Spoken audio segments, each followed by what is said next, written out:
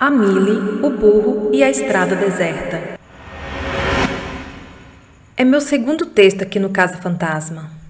Conforme comentei em meu primeiro relato do Hotel Granada, embora nunca tenha vivenciado situações de fato assustadoras, me propus a eventualmente relatar situações no mínimo curiosas que me ocorreram, e aqui vai mais uma delas.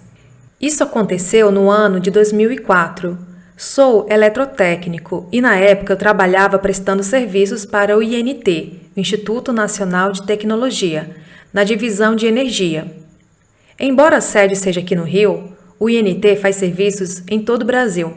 E embora eu mesmo não fosse funcionário, eu era bolsista, uma espécie de contratado temporário avulso, eu atuava como se fosse inclusive viajando, resolvendo com certa autonomia os trabalhos que surgiam. Nesta época, o INT estava com os trabalhos em parceria com o Sebrae RJ e uma agência de cooperação chamada GTZ. E um deles era um pacote de assistência tecnológica a um grupo de empresas produtoras de gesso, em uma cidade chamada Araripina, lá para dentro de Pernambuco. E lá fui eu trabalhar. Minha tarefa compreenderia várias coisas, tipo levantamentos de dados na indústria, medições, pequenos projetos elétricos, palestras, pequenos cursos, dentre outros. Como não havia voo direto para esta cidade, o trajeto acertado ficou da seguinte maneira. Pegaria um voo para a cidade de Petrolina e de lá só mesmo de carro, até Araripina. Então alugaria que poderia ser com motorista e tudo, ou só o carro mesmo. Dos meus parceiros na época, que posteriormente foram também fazer trabalhos lá, todos alugavam carro com motorista. Eu, que sou meio aventureiro, preferi alugar só o carro. E assim foi. Cheguei a Petrolina de tarde no voo da TAM e preferi deixar para seguir para Araripina no dia seguinte, pois a coisa é longe, são mais de 200 quilômetros de Petrolina a Araripina. Então fui para o hotel, me hospedei e depois saí para contratar o carro.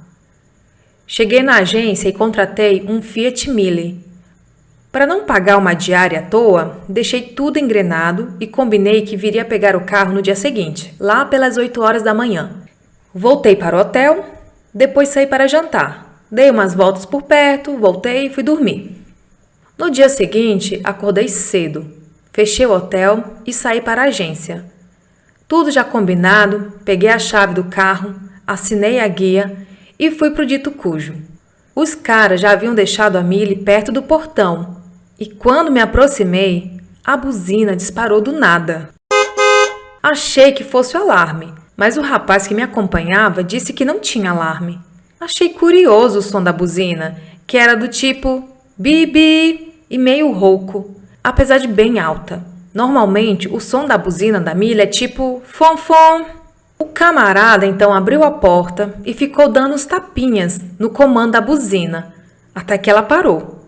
Quando eu entrei no carro, de novo a buzina disparou. Fiquei dando os tapinhas também, mas nada. Então o cara veio e conseguiu calar ela. Mas novamente, quando fui ligá-la, a buzina disparou e custou para sossegar. O cara, meio sem jeito, perguntou se eu poderia esperar um pouco o eletricista chegar para dar uma olhada, ou se eu queria trocar de carro. Como eu não queria perder tempo, preferi trocar de carro. Só que o outro carro disponível era um Fiat Strada. Eu preferia carro fechado, mas como não tinha outro na mesma faixa, peguei a picapinha mesmo. Voltamos lá no balcão, substituímos a guia, pegamos a outra chave e eu mesmo fui lá dentro do pátio pegar a estrada. Já no carro, quando estava passando em frente à Milly, para sair pelo portão, dei uma olhada de relance para ela e percebi que ela piscou o farol e fez. Imaginei que fosse eletricista ou alguém que tivesse ido pegar ela para checar o problema e tivesse me cumprimentando ao me ver passar. Então eu buzinei também. E como tenho mania de dirigir com o braço esquerdo pousado na janela com o vidro aberto, ainda fiz tchau com a mão e só então percebi que a Milly estava vazia. Não havia ninguém dentro dela. Não dei importância, passei pelo portão e fui embora. Andando por Petrolina e ao mesmo tempo olhando o mapinha que eu tinha para me orientar para pegar a estrada, eu pegaria uma tal de BR-122. Me distraí e entrei em uma rua que era contramão. Não era muito movimentada, mas era perigosa. Então, alguém buzinou bem forte para mim, o que me chamou a atenção. Fiz meia volta e continuei procurando o rumo certo. Um tempo depois, de novo olhando o mapinha, quase avança um sinal num cruzamento perigoso, e o que me ajudou foi alguém que também buzinou forte, o que me alertou e vi o sinal fechado a tempo de parar. Logo à frente, em uma loja tipo mercadinho meio armazém, havia dentre vários produtos expostos na frente, uma grande caixa de vidro tipo aquário, cheia de camarão seco, bem rosa, que adoro. Então dei uma parada para comprar um pouco. Aquilo vai muito bem com cerveja, mas quando eu ia pegar a estrada, comprei uma certa quantidade que desse tanto para eu ir comendo pelo caminho, com refrigerante que comprei também, como para logo mais no hotel, em Araripina, eu traçar com cervejinha. Comprei ainda caju cristalizado e uma garrafa d'água mineral grande. Saí da vendinha e retomei a rota. Enquanto rodava por Petrolina, várias vezes ouvia buzina tipo bibi, e sempre assim, forte e ao mesmo tempo meio rouca. Até que me acertei no rumo e finalmente peguei a BR-122. No início, bastante área povoada, com bastante área agricultada ou com vegetação. Depois, a paisagem foi ficando meio árida, com vegetação tipo arbustos secos, cactos, mandacarus, até ficar aquela paisagem típica da Caatinga, pouca vegetação. As que existem, bastante secas, chão seco, cascalho e calor. Alguns trechos da estrada eram ruins, com muitos buracos, mas um pouco depois da Lagoa Grande, a estrada estava boa de novo. Não é que fosse um tapete, na verdade era um asfalto bem grosso, granulado, com cara de velho, porém uniforme, de modo que dava para andar bem. Com um carro bom e silencioso, eu esticava sem sentir a velocidade, mas na verdade eu tinha em torno de 100 a 120 km por hora. Barulheira mesmo só do pneu novo contra o asfalto grosso. Como não via nem ia ninguém mais além de mim, eu dirigia bem à vontade, só com o pé no acelerador e uma mão no volante, bem largado mesmo. Até porque, devido à ampla visibilidade da pista para frente e para trás, no caso de qualquer carro vindo ou indo, daria tempo mais que suficiente para eu me enquadrar no meu cantinho da pista. A picapinha tinha um CD player e alguém havia esquecido um CD lá dentro. Era um grupo lá da terra. Se não me engano, o nome era Abacaxi com Caviar ou algo parecido. E lá ia eu, dirigindo, largado, comendo camarão seco, bebendo refrigerante e ouvindo forró. Eu conheço essa banda, é Caviar com Rapadura. Meio entediado, de vez em quando, eu olhava para os lados apreciando aquela paisagem árida. Em determinado trecho, a pista faz um longo e leve aclive, mas sempre assim, retão. No ponto mais alto, início do longo e leve declive, o retão abre-se de novo à nossa frente, a perder de vista. E observei que até onde a vista alcançava, nada de carro, nada de casa, posto, ponte, morro, enfim, nada de nada, para não fugir ao padrão reinante. Eu tenho um hábito de, quando dirijo, de estar sempre checando o retrovisor. E pouco depois que o decidão terminou, eu lembro bem de ter olhado para ele. E não havia nada, até uns 2 ou 3 quilômetros atrás, no ponto mais alto da elevação por onde eu acabara de passar. E logo em seguida, olhando para frente, lembro de ver o cone da pista, interminável, se fechando lá na frente a perder de vista. E então dei uma olhada para o lado, observando os cactos. Foi uma olhada rápida, tipo, sei lá, uns 3 segundos talvez. E foi exatamente nesse momento que aconteceu. Estava distraído quando ouvi uma buzina bem forte. Imediatamente olhei para frente e tamanho meu susto, bem no meio da pista, no meio mesmo, atravessado e parado tranquilamente de pé. Um burro, ou jegue, jirico, asno, ou sei lá como é que é o nome certo daquele bicho. E estava virado para a esquerda, com metade do corpo na pista de quem vinha e a outra metade, parte de trás, na minha pista. Injeção instantânea de adrenalina no sangue. Vi que não teria escapatória. Entendi que iria bater. Iria pegá-lo pelos quartos. No meio do nada, eu iria atropelar um jegue. Ato reflexo, meti as 2 mãos no volante, virei ele para a direita, pisei forte no freio, fechei os olhos e virei a cabeça para o lado e para baixo, já esperando o merdelê. Sob o efeito da adrenalina, aí veio aquele lance da sensação de câmera lenta, quando o cérebro processa as informações em ritmo muitíssimo mais acelerado, captando cada detalhe do lance, dando a impressão que o tempo passa devagar. E percebi que o carro ficou meio de revesguê, porque eu virei o volante, mas ele não desviou. Senti que ele ia na mesma rota de antes, rumo ao burro, por causa das rodas travadas. Numa fração de segundos, eu me perguntei se o bicho entraria pelo para-brisa, me esmagando contra o banco, ou se a coluna lateral do para-brisa seria forte o bastante para segurar o tranco. Lembre que eu estava entre 100 e 120 km por hora. Tudo isso parecia interminável. Enquanto o carro ia deslizando de revesguete, cantando pneu, que eu me dando conta que ainda não tinha batido no burro, mas sabendo que já iria receber o animal em cheio. Então veio instintivo o reflexo de soltar o freio. Assim que tirei o pé, o carro deu uma guinada tão violenta para a direita que mesmo com o cinto, eu bati com a cabeça na parte alta da lateral da porta. E nesse instante, eu senti que já era para ter batido no bicho. No entanto, nada de impacto. Então abri os olhos e vi que estava saindo da pista, já descontrolado. Puxei o volante agora para a esquerda. Mas nesse momento, as rodinhas do lado direito tocaram o solo de terra cheio de cascalho. E então, a picapinha saiu totalmente do meu comando. A bichinha rodopiou de tal forma que parecia que um gigante tinha dado um peteleco nela e saía entrando pelo meio da caatinga, rodando loucamente feito um peão. Logo que ela saiu da pista, havia um pequeno declive tipo acostamento, cheio de pedras e cascalhos, e depois vinha um solo natural mesmo. Nesse ponto, o carro já estava rodopiando, mas eu tive a nítida sensação de que ele quase capotou. Eu senti nitidamente que ele ficou em 2 rodas, mas acho que o sentido do giro não deixou ele virar. E lá fomos nós, caatinga dentro. Parecia um cabritinho bravo. Com os vidros abertos, foi enorme a quantidade de pedrinhas, cascalhos, pedacinhos de galhos secos e poeira que entrou. E eu não tinha nada a fazer, a não ser esperar aquilo tudo parar. E até que enfim parou. O espetáculo de uns 6 ou 8 segundos, mas que pareceu durar uma eternidade, finalmente chegará ao fim. Enquanto a poeira baixava, fiquei uns instantes quietinho, de olhos arregalados, sentado, perplexo, espantado, com o coração disparado e as pernas totalmente trêmulas. E depois que a poeira baixou um pouco, respirei fundo. Procurei onde a garrafa d'água tinha ido parar e tomei uns goles. Desliguei o rádio e passei a mão no rosto e senti que eu estava cheio de areia na cara. E notei que o carro todo, por dentro, estava cheio de terra, pedrinhas, galhinhos.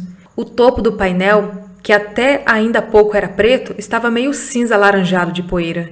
Meio recuperado, saí do carro para ver os estragos. Dei uma volta na picapinha buscando identificar danos. Olhei para a frente dela, as laterais, a traseira, em cima, embaixo. E felizmente ela estava inteira. Nenhuma marca evidente que pudesse me trazer problemas na hora de devolvê-la. Então levantei a cabeça, olhei em volta e procurei onde estava em relação à estrada. E a achei lá adiante. E notei que eu tinha entrado uns 15 ou 20 metros para dentro da caatinga. Isso se considerar a distância reta de onde eu estava para a pista. Mas olhando as marcas do terreno, eu vi que eu vim da diagonal, o que dava uns 30 ou 40 metros. Então lembrei do burro. E lembrei também que tudo aquilo foi por causa dele. Então voltei a checar o carro na lateral do motorista para ver se estava amassado ou com alguma marca. Passei a mão pelo bico da frente, no paralama, porta, lateral, retrovisor e felizmente tudo estava intacto. Refiz o trajeto do carro com o olhar, seguindo as marcas na terra até a estrada. E no ponto de onde eu derivei não havia nada, mas um pouco mais atrás, lá estava ele, impassível, placidamente parado no meio da pista. Do mesmo jeito que eu vi antes. Aquele burro cinza enorme, lá no meio da pista. Um pouco mais refeito do susto, tirei a sujeira do painel e dos bancos. Bati os bancos, lavei o rosto com um pouco da água da garrafa, recolhi o camarão esparramado, entrei, liguei o carro e fui devagarzinho pelo meio da caatinga para voltar à pista, sentindo que havia quebrado alguma coisa da suspensão. E parei com a frente já sobre o asfalto e fiquei olhando o burro lá onde ele estava antes, como se nada tivesse acontecido. Fiquei parado ali uns segundos, considerando a bizarrice do ocorrido. Como é que eu não vi aquele bicho antes? Ainda bem que aquele carro buzinou me alertou no exato último instante possível de me safar. Mas aí veio um close, um pensamento que me deixou atônito. Que carro que buzinou se eu, há uns 3 segundos antes do lance, havia olhado a pista, tanto à frente quanto atrás, e não havia nada? Tornei a sair do carro e fiquei olhando para um lado e para o outro, tentando ver algum carro, mas não havia nada. Fui até o meio da pista e me certifiquei que até onde a vista alcançava não havia nenhum carro. Pensei vagamente que ele pudesse ter saído da pista e estar atrás de algum arbusto, mas todos os arbustos ali eram pequenos, rasteiros e ralos, de jeito nenhum que caberia um carro oculto atrás de algum. Nem um burro não passaria despercebido se tentasse esconder atrás de um deles. E de novo outro pensamento desconcertante. Eu tinha certeza de ter visto o funil que a pista faz à frente, a perder de vista segundos antes de me deparar com o burro. E ele não estava lá, de jeito nenhum que ele estava. De onde ele saiu? No meio tempo que olhei para o lado, de modo algum que daria para ele sair do acostamento, caso ele estivesse lá. E não estava lá. E andando até o meio da pista, a não ser que ele viesse galopando, mas nesse caso eu perceberia alguma reação dele estancando. Mas ele estava parado tranquilamente, como se estivesse parado ali, há pelo menos alguns minutos. Nesse momento me ocorreu um pensamento que me deu um pouco de medo. Seria alguma armação para me assaltar? Então voltei rápido para perto do carro e fiquei parado, atento, olhando em volta, tentando perceber algum movimento. Como já disse, não dá para se ocultar atrás dos arbustos daquele tipo de caatinga, mas, sei lá, vai que estivessem camuflados.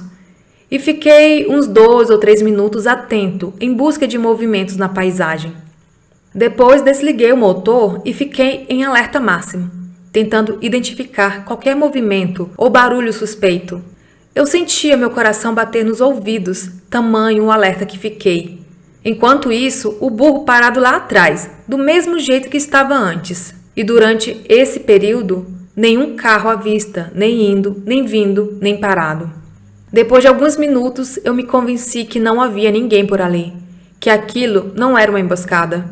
Entrei no carro, liguei e vim devagarzinho voltando em direção ao burro. Parei no acostamento, a uns 5 metros de distância dele. Saí e fiquei olhando aquele bicharoco. E nem é com ele. Os únicos sinais que dava que estava vivo, além de estar de pé, era o rabo que ele balançava de vez em quando e uns tremores que ele dava com os músculos da lateral do corpo. De resto, estava tranquilamente parado, com a cabeça meio baixa, olhando para o nada. Então, eu pensei cá comigo que eu não poderia deixar aquele carinha ali, arriscando um outro maluco passar e não ter a mesma sorte que eu. Então, eu fiz... Burro! E ele nem se tocou. De novo fiz... Burro! Mas dessa vez, agitando os braços e batendo os pés. E de novo, ele não deu a mínima. Fiz isso mais umas vezes, inclusive batendo na chaparia do capô do carro, e nada. Então abaixei, peguei umas pedrinhas no canto da pista e comecei a lançar nele. O máximo que consegui foi fazer ele virar a cabeça na minha direção, me olhar por alguns instantes e depois voltar à sua posição original. Desconcertado, fui me aproximando devagar, até que fiquei frente a frente com ele. Ele me olhava, eu olhava para ele. Aquele sol, aquele silêncio, aquele calor, nenhuma viva alma além de nós. Aí me veio à mente aquele filme O Predador, em que aqueles caras estão no meio da selva, longe de tudo e de todos, e coisas estranhas começam a acontecer. E um a um, eles vão sendo exterminados por uma criatura invisível, e não há ninguém que possa fazer qualquer coisa para evitar, pois eles estavam absolutamente sozinhos. Ali no meio do nada, na estrada deserta, esse pensamento me incomodou muito. Pensei em simplesmente correr para o carro e rapar fora. Mas eu não poderia deixar aquele bicho ali no meio da estrada. E tentei mais algumas vezes fazê-lo andar. Mas ele não arredava o pé. Até encostar nele e empurrá-lo pelo lado, eu tentei depois de um tempo e nada. Então tive uma ideia. Fui no carro e peguei uns camarões e mostrei a ele, meio de longe. Ele nem aí. Cheguei perto e com a mão aberta coloquei-os perto da boca dele. Então ele esticou o pescoço, fungou e moveu os beiços. Quando vi aqueles dentões, me assustei. Larguei os camarões no chão enquanto puxava a mão. Aí, para minha surpresa, ele deu um passo à frente. Abaixou a cabeça no chão e começou a comer os camarões. Bingo! Descobri como mover o bicho. Ele também gostava de camarões secos. Voltei para o carro, peguei o saco de camarões e fiz mais um teste. Jogava o camarão perto dele, ele esticava o pescoço e comia. Jogava um pouco mais de longe, ele dava um passo e comia. Então fui fazendo a clássica trilha de iscas até fora da estrada. Mas achei que ali no acostamento não era suficiente. Ele poderia facilmente voltar para a pista. Então, novamente, fiz trilha e dessa vez levei o bicho até uns 20 metros afastados. Por via das dúvidas, no final eu iria deixar um pouco de camarões espalhados. Só que quando vi, restavam poucos. Então, espalhei o restante todo por ali. E voltando, olhei o bicho comendo aqueles camarões salgados pela trilha com areia. E deu pena dele. Fui lá no carro, peguei a garrafa d'água, que ainda tinha mais da metade, e voltei a ele. Espirrei um pouco da água no focinho dele, achando que ele iria levantar o pescoço e querer a água. Mas não, nem ligou. Então novamente joguei água, mas dessa vez mais, até escorrer pela boca dele. Mas mesmo assim, ele não quis saber da água. Então parei de jogar água nele e fiquei olhando em volta, refletindo. Nem casa, lago, sombra, árvore, rio, nada. Isso é um jegue ou um camelo? Como é que esse bicho sobrevive aqui? O que come? O que bebe? É selvagem ou será que alguém cuida dele? Fiquei olhando ele mais um tempo, então peguei um MacGyver, um multicanivete que eu levo no cinto, abri a garrafa e deixei ela lá no final da trilha dos camarões. E fui embora. Quando passava pelo bicho, não falei, mas pensei assim: tchau, amiguinho, boa sorte. Antes de entrar no carro, ainda dei uma olhada nas minhas marcas deixadas na pista. Pelo lugar que o burro estava e pelas marcas da freada, vi que desviei exatamente 1 milímetro exato para não bater. O fato do carro ter vindo avançando, freado, inclinado, foi exatamente o que fez com que eu não encarasse o burro de frente. Mas eu teria pego meio de lado, pior ainda. Ele não entraria pelo para-brisas, ele teria entrado pela janela da minha porta.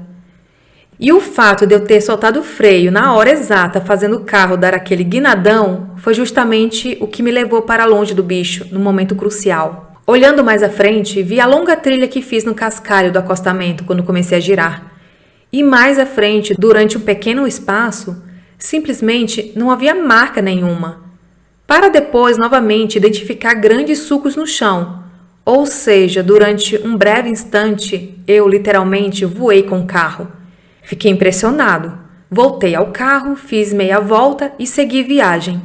Mas dessa vez sem passar dos 80 quilômetros e com atenção redobrada. No caminho fui refletindo.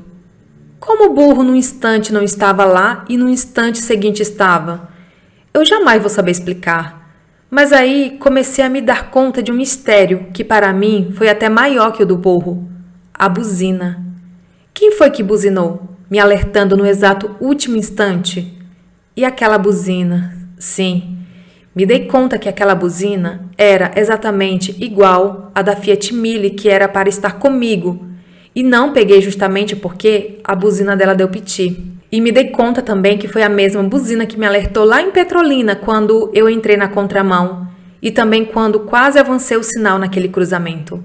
E mais, fiquei refletindo que se eu estivesse com a Mille, no lance que eu espirrei para fora da estrada, eu certamente teria capotado, por causa do carro ser mais alto do que a picapinha.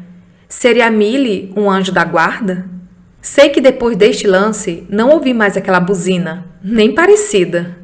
Passados os dias, quando voltei para Petrolina, não identifiquei o local onde aconteceu o lance do burro. As paisagens são muito parecidas e passei pelo local e nem me dei conta.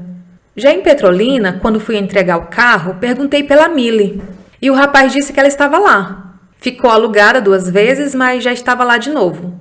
Perguntei pelo problema da buzina e ele disse que naquele dia que eu estive lá, ela ainda disparou a buzina sozinha mais algumas vezes, mas que depois parou e eles até esqueceram de ver qual era o problema e não aconteceu mais. Sei que vai parecer babaquice, mas juro, eu pedi para ver a Millie. Disfarcei, dando a entender que queria apenas avaliar se da próxima vez que precisasse, pegaria a Millie ou a estrada mesmo. Mas na verdade, eu queria era olhar para ela de novo. E o camarada foi lá comigo. E lá estava ela quieta.